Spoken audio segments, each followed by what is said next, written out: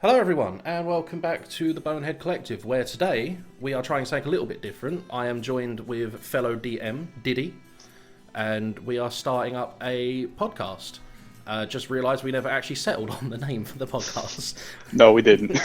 As of yet untitled podcast, where we basically take the experience we have as players and DMs and we just tackle everyday subjects based on D&D. It could be things like players, it could be world building, it could be just general nonsense that the books and the lore at large provides. So I think it would be good to start if, Diddy, you just gave yourself like a brief introduction. Hi, I'm Diddy. I DM a game for and some friends that we met on Facebook. I've been DMing now for about 3 years on and off, and I love D&D. And for those of you who have seen my video talking about Dylan, the problem player I dealt with a few months ago, you would know that I have been playing D&D myself for about 2 years, and only realistically DMing for the last 2 months on a regular basis. So our experience varies across the board, which I thought was kind of a good selling point for this, like to have different experiences and viewpoints, as I think it's fair to say that our DMing styles are very different from one another.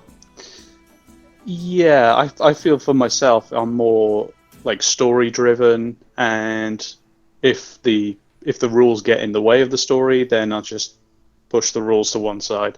Yeah, and I'm very world building centric.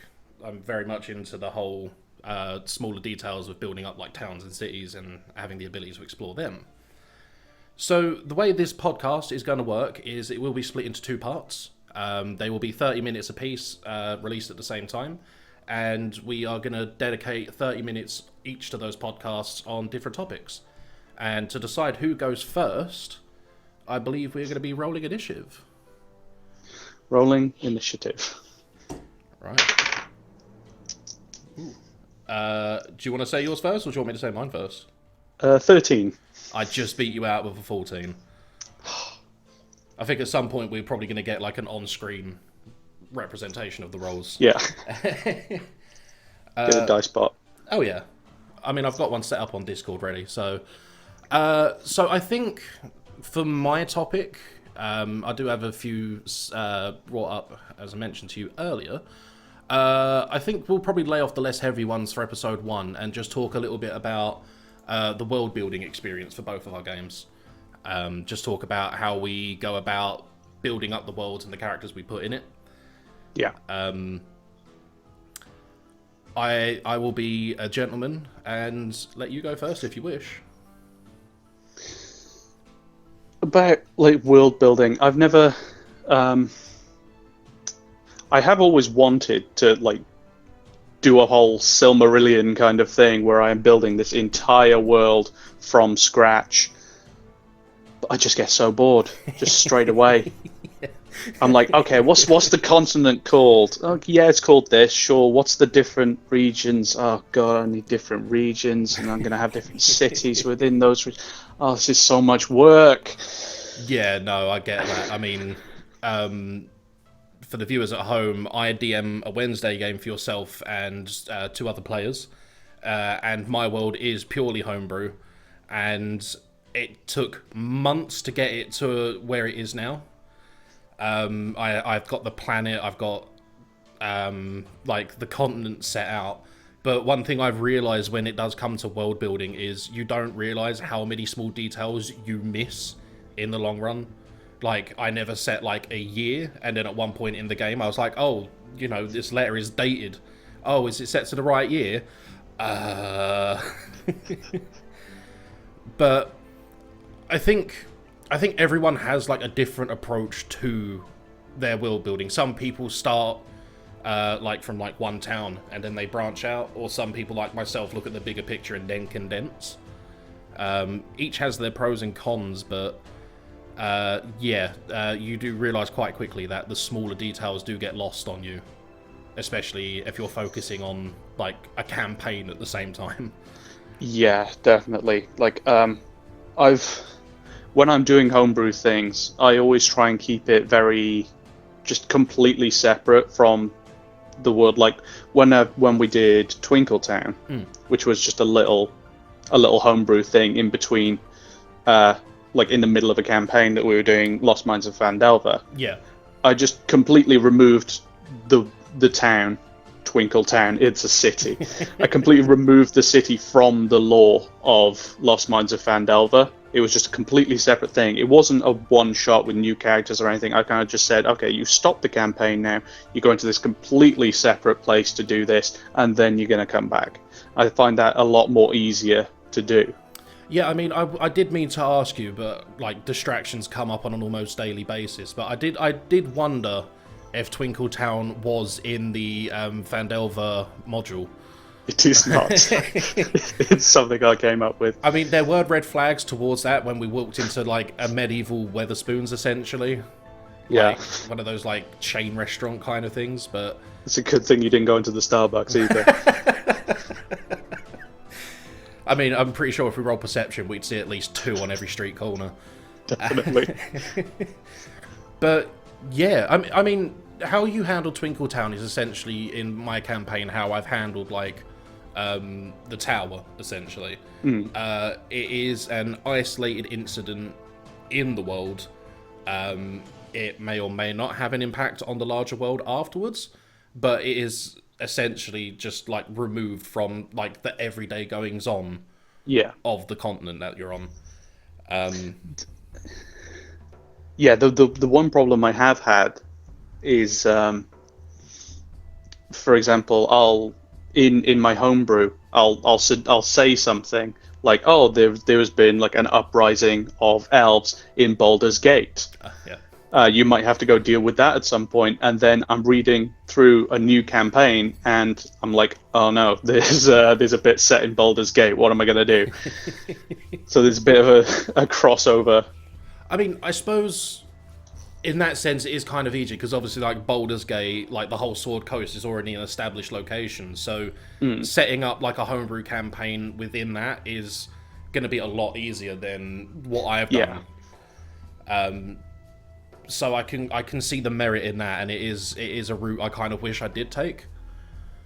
But I'm also very much a strong disbeliever in the you all meet in a tavern beginning as well. Oh God. Yeah, I hate that. Like I've never been a fan of that. I've played in many one shots where that's how it starts. So you all meet in a D&D Facebook group. I was like, oh really? See, that's one topic. Like I mentioned this to a friend of ours who plays in the Thursday game. I won't name him because I don't know how he'll feel about it. But I did mention to him that it would be funny that we do a campaign where it's very much like that. Like we meet on like a Facebook message board, and then we just get like zapped into the world. And instead of rolling character sheets, we're all like basic humans, but we like have like classes and subclasses that more represent us as people. Right. So, for example, he said that he believed I'd be more along the warlock path. I don't know why he came to that conclusion, admittedly. Because you're edgy. Probably, yeah. I do like a bit just of an edge. edgelord. Yeah, I do like a bit of edge on my characters. He reckons he would have been the rogue of the group. I believe you know who I'm talking about. Yeah. Yeah. He believes he'd be the rogue of the group, but I had like a... I can kind of see it, yeah. But I also have a strong belief that in terms of alignment, myself and him would be very much like either like chaotic neutral or like just, I wouldn't say true neutral, but we are very much with that chaotic energy. Yes, you are. With my world building, when I'm like writing one shots and stuff, I always tend to err on the side of realism. Yeah. Like I hardly ever put in like wizards or elves or anything like that. It's all very basic. Like you turn up at a fort, it's going to be human fighters. You turn up in a town, it's going to be human villagers. I almost never bring any other races other than humans, and almost no enemies that are magic users or anything else. Yeah, I mean, thinking back on it, I can probably count on one hand the amount of times we have fought a creature or creatures that were not strictly human. Obviously, we have like bugbears and stuff. We had the Venom Fang encounter in Phandelver as well. But outside, Bugbear, dragon, Mind Flayer you fought once, yeah, we fought, which you killed in one round. yeah, and I think that was squarely on Varud as well. I think that's was that the fight where he rolled like 3 natural 20s or something? I think so. Yeah, because that was nuts. His damage output in that one round is what effectively won it for us. Yeah. That's one thing I like about Varud, is he is... I wouldn't say he's a glass cannon, because he can take a hit, but he's more like a fucking blunderbuss with like water damage. Like, he doesn't always go off, but when he does, he hits hard. Yeah. And that's one thing I do like appreciate about like the campaign you're in our group. Like, you do keep the campaign very grounded and very believable. I mean, granted, I do play a tabaxi, which is kind of removed from everything established so far. But the players themselves and the characters we have a dynamic, and it works. Yeah. And I think you're probably grateful for the most part that the only spellcaster we have is a druid, and it's more like healing focused. Yeah, I am very glad of that. Okay. Like I was surprised. Like, it was from session 0, you guys just clicked. Yeah, I mean, even back then, we obviously... well, I say obviously, they don't know, but we did have a different group entirely, for the most part. Like, there was myself, Zenfire, Varud, but then we also had Landmorn. And I took a brief hiatus. Landmorn essentially did a runner. Yeah, for the most part, like, and at this point going forward, the group dynamic, the chemistry, like the whole meshing and gelling of us as players and as people outside of the game, it's there. We have that. Yeah. We have that kind of bond and trust in each other. I think an example I can give is in the most recent session we played, where my character Diego came up against one of his friends in a one-on-one situation. I immediately knew I didn't have to say anything to Zenfire or Enril. Like, they were obviously, they had plans, they knew what they were going to do to like help me out. And again, all I had to do was just like raise a hand and be like, this ain't the time for it. And that understanding between us is there, which is something, unfortunately for me, is something I am kind of only experiencing with the group I'm in with you at the moment, because I've been in several other groups where they've essentially disintegrated. Yeah, no, I didn't have anything. I tried to add something, but my mind just went blank. No, I get that. This is like, I'm used to talking on camera, so I'm kind of used to just like filling the dead air. But this is episode 1, man. Like, Yeah. it's only going to get better from here, hopefully. So what is your process when you're creating a world? So I have created in my time 2 different worlds for 2 different campaigns. One of them fell through completely. My campaign at large is... I'll start with Acromore, the campaign I run on a Wednesday. I started with the continent at large.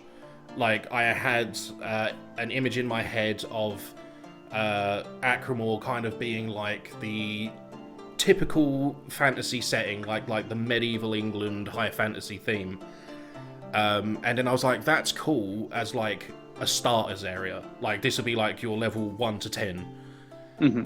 And then I decided, you know, a planet with 1 continent kind of doesn't make sense. So then I branched out to different continents, different themed areas. Like, I knew I wanted like a desert region. I wanted like an Arctic region. I kind of wanted regions that represented basically like the continents we have in real life. So I have like a Japanese equivalent. I have like a Middle East equivalent.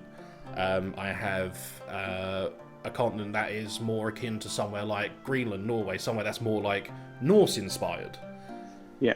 And then I took Acromore, and then I thought to myself, like, right, this is a big continent. It is going to be separated into like countries within.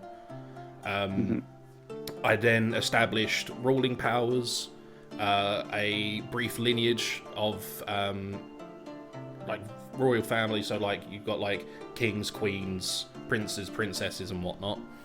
I then come up with individually on a basis. I go city by city. So I built the capital city of Acromore first, which is Marmara, which is like the ruling power over all of them. So it's kind of like Skyrim, where you have like Jarls and then a High King.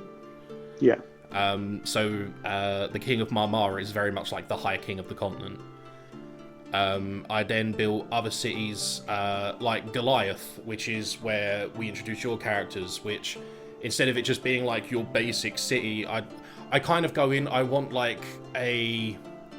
What's the word? I kind of want a... Not a gimmick, but I want something different for each city. So... Yeah. Marmara is... A specific trait. Yeah, trait's a better word for it. So, like, Marmara is the marble city. It's like everything there is, like, finely cut stone, quartz, marble. Goliath is built within the remnants of 3 iron colossus. And they're separated by, like... so, like, the slums are literally in the arse end of a iron colossus. The higher ruling faction are in like the head of one colossus, literally looking down on everyone below them. And then from there I work out like what kind of shops they're going to have. Like I do like a basic economy, like not an economy, but more like a power structure. So like I will always have some kind of like lower class, middle class, upper class. And just kind of like develop a power dynamic within that. I then separate those into their countries. I name the countries. I establish if there's like trade paths and borders and all that. And currently, out of the 5 continents on the planet of Centaria, I have fully realized 2 of them. Acromore being the obvious one. And the other one was... I'd have to pull my notes up because I can't remember the name of it. Give me just a second.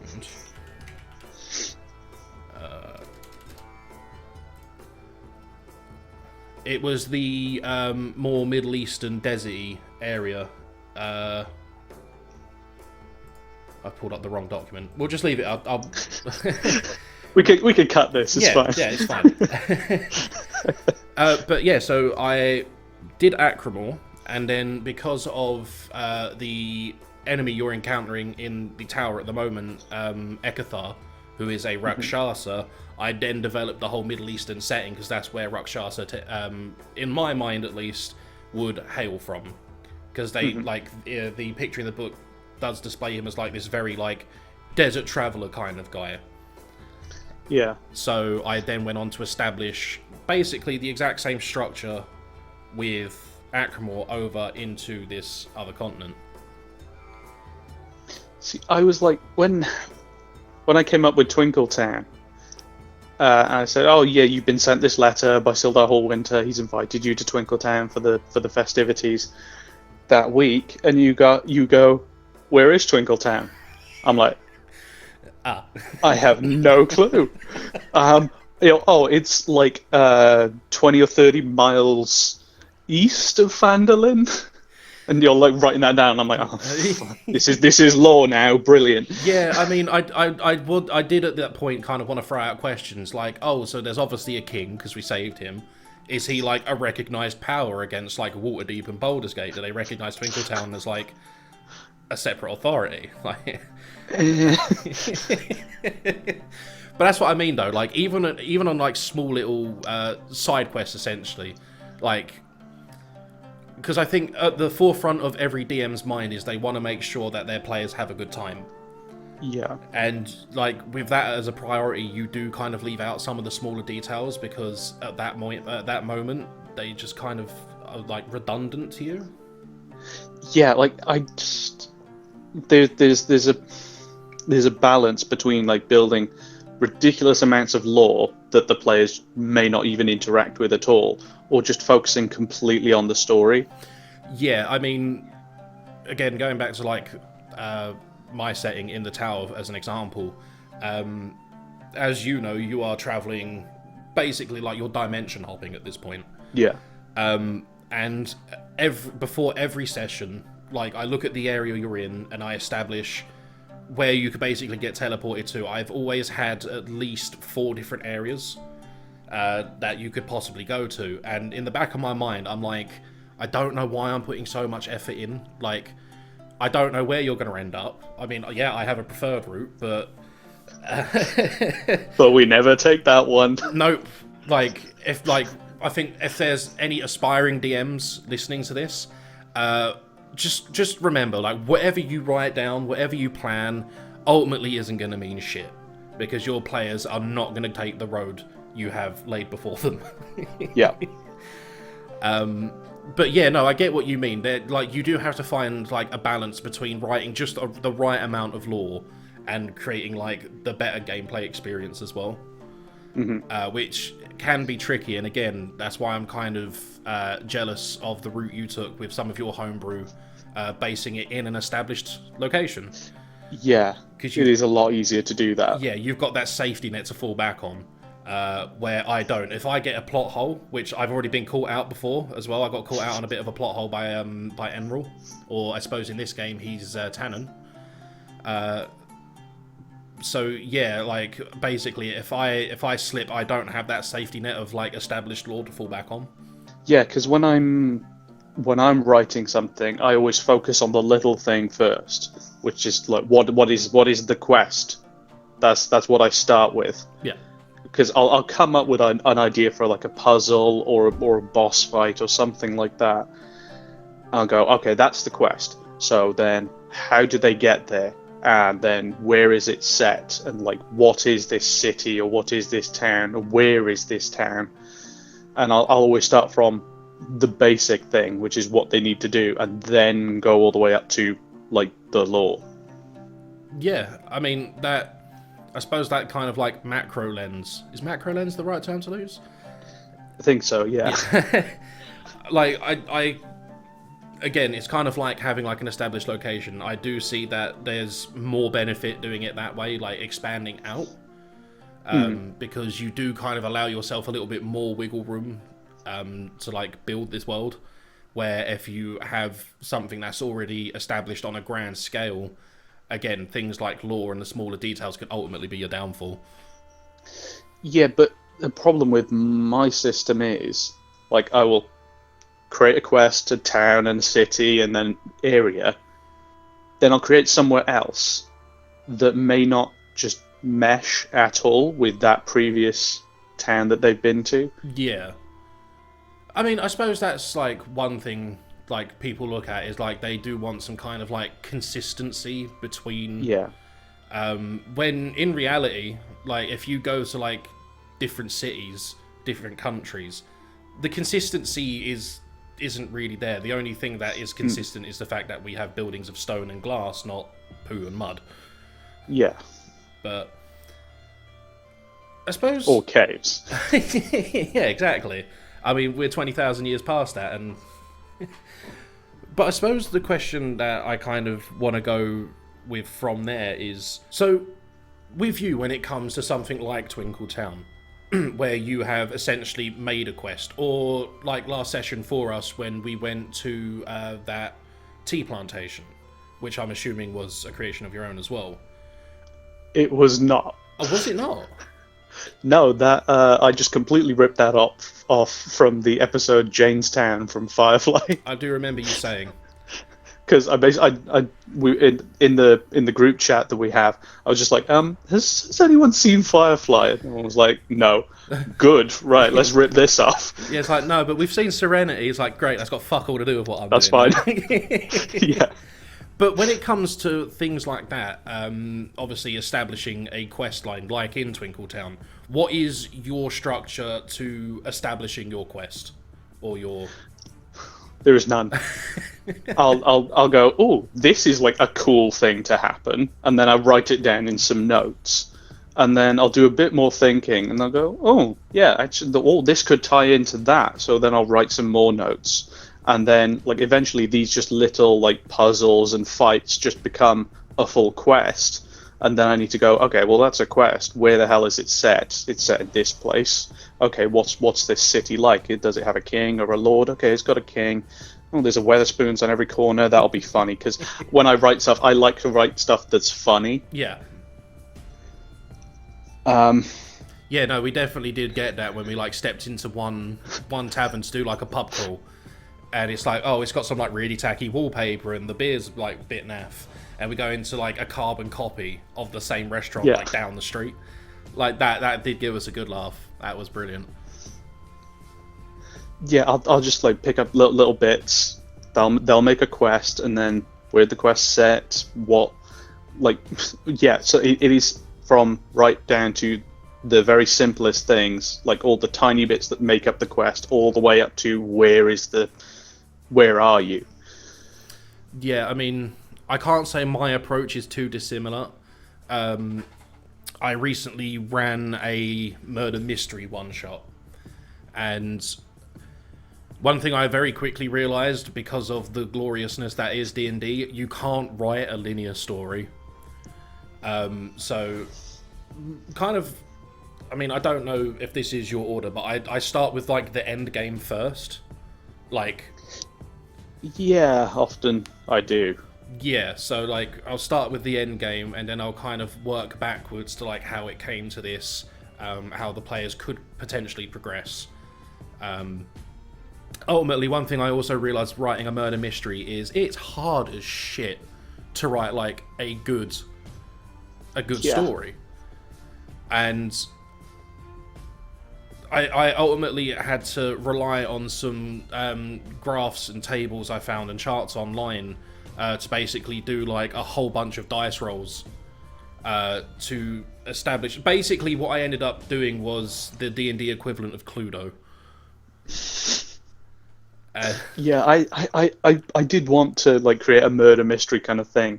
I got, oh, that would be like absolutely amazing. But then I thought, no, my players are too stupid for this.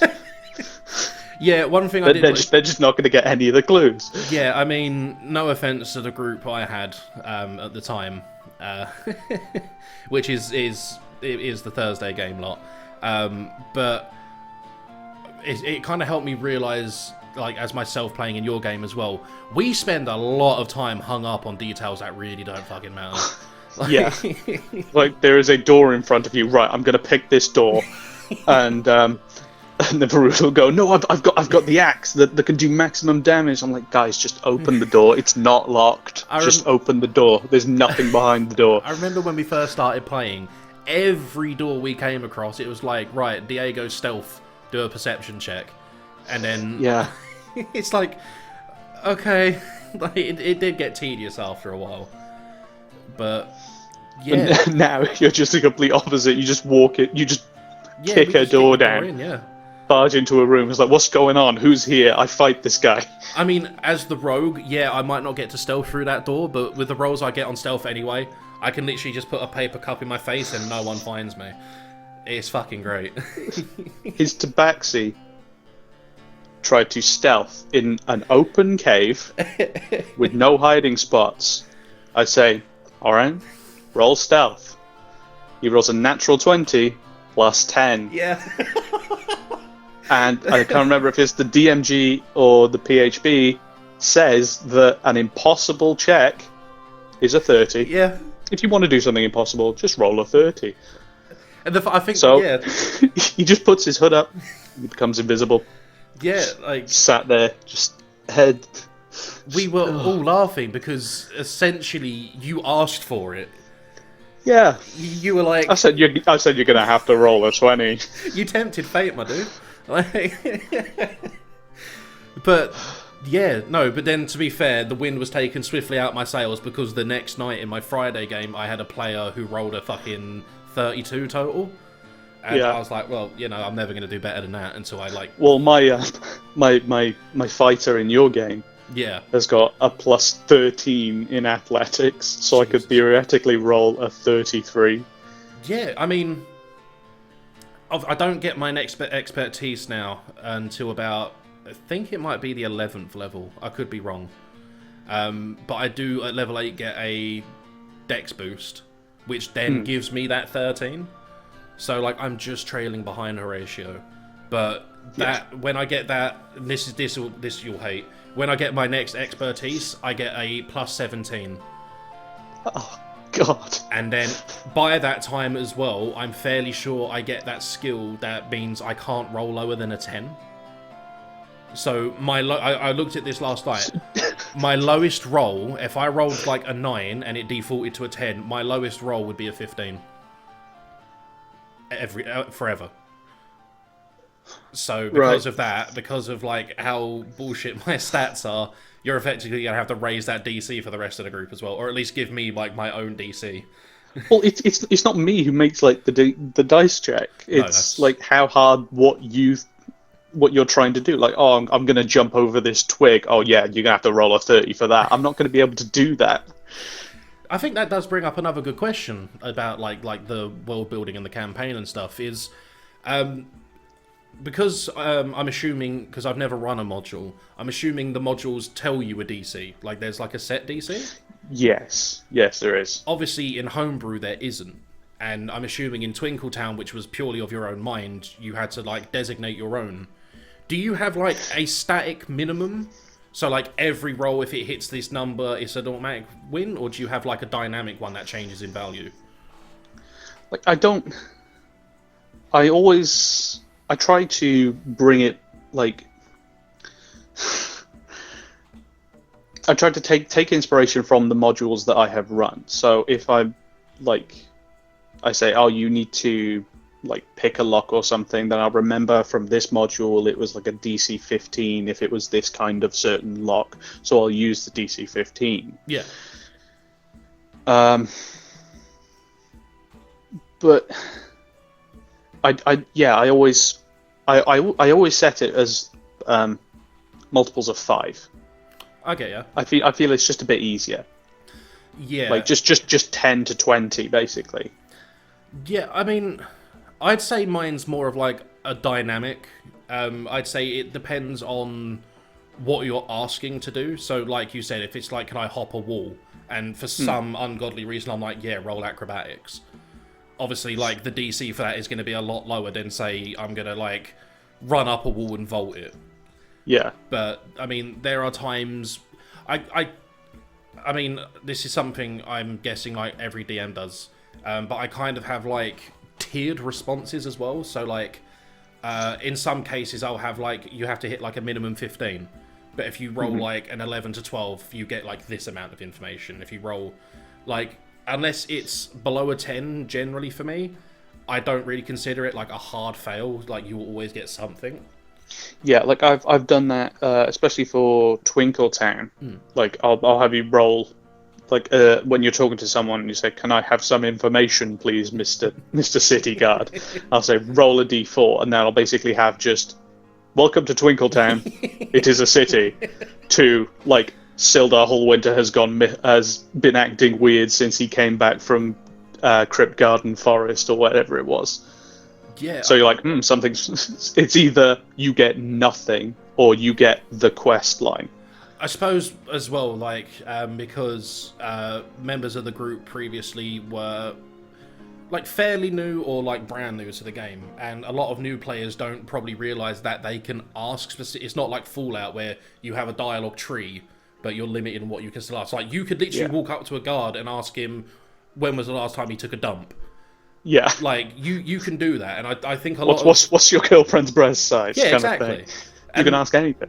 A lot of people, especially new players, either forget or don't realise that they can be really specific in what they ask, which can lead to more pertinent information.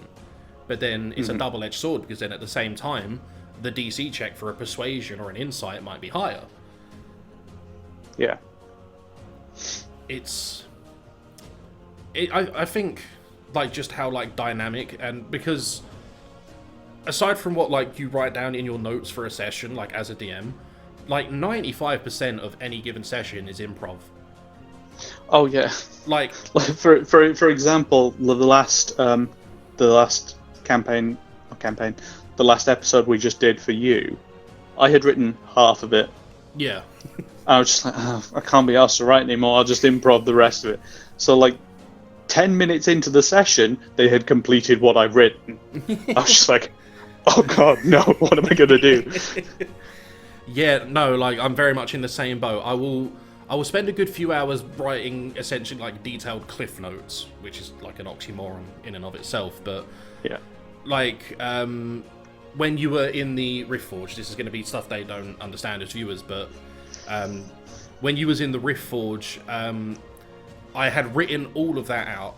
I had written all about the underside of it, the Embercroft, and I was praying you didn't want to go to the manager's office. And in my mind, I'm like, right, this place has to become like 10 times more interesting than just like a walk down a hallway. So then, off the top of my head, I'm like, they're gonna need water. It's a smithy, it's a foundry. Like, where is a place this big gonna get water? Fuck, there's like an underwater portion where the water gets pulled from. Like, it's in an ocean. That led to the creation of like the fish tank. The elevator section where it was hanging over an active volcano, that was all fucking bullshit off the top of my head. The only thing I had written for that was the 2 encounters. So you would have gone under the Embercroft and fought... I can't remember the name of it, but it's essentially like Gollum on steroids and crack. Right. It's basically like a 10-foot tall swole Gollum. I can't remember the name of it. I think it's called like a Farron or a Fallon or something. I could be well wrong. People in the comments can correct me. And then you had the fight against the Fire Giant, who was the manager of the Foundry. Those, outside of like the Embercroft, that giant was the Fire Giant was the only thing I actually had planned. And I just loved how I just completely derailed.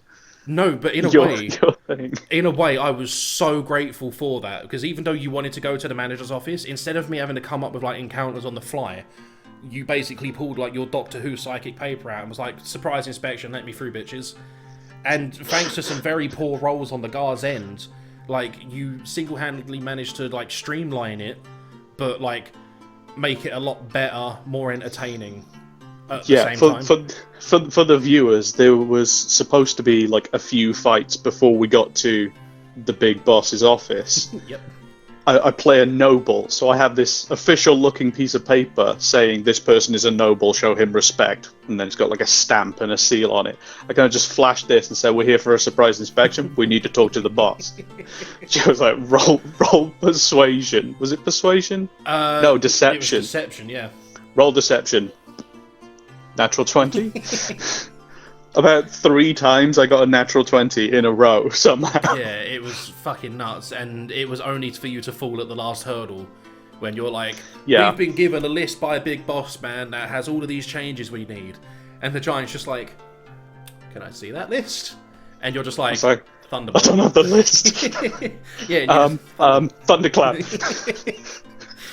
But that's what I mean. It's like, it wasn't what I was expecting. Like, I did have a preferred route for you, but I think one of the things people who want to DM, even players, can really benefit from just kind of like honing their improv skills. I mean, yeah, it might not always make sense, and off the top of your head in the moment, it might be just like, why did I say that? But it can lead to some genuinely incredible moments that ultimately might have been better than what you was expecting. So, yeah. To wrap up, oh yeah, I'm not like massive into like I can't really do big world building. I always do these tiny little things that have a good story. Yeah, I am very much the opposite. Like, I work from the bigger picture and condense down, and then once everything's established, then I lay a story. Like this. The game I refer to when I talk about the tower was very much like my first proper deep dive into like a story that had like a 3-arc structure to it. Like, you had your introduction where you didn't know what was going on. You've had your middle section where you've realized like a bigger truth, and you're now working towards the end goal, which you're currently in. Yeah. And I think where I play under you and I play under my other Friday DM, like seeing how you two work has like helped better me as both a player and a DM. So I suppose I'm just going to say thank you, because you have indirectly helped me be a better person. You're welcome. But yeah, should we call episode 1 here? I think it's a good idea. Cool. So, guys, stick around, because as I mentioned at the beginning, this is part 1 of a 2-part podcast, where we will then be going into Diddy's topic of discussion. If you like what you see and you want to see a bit more of it, subscribe, hit the notification bell.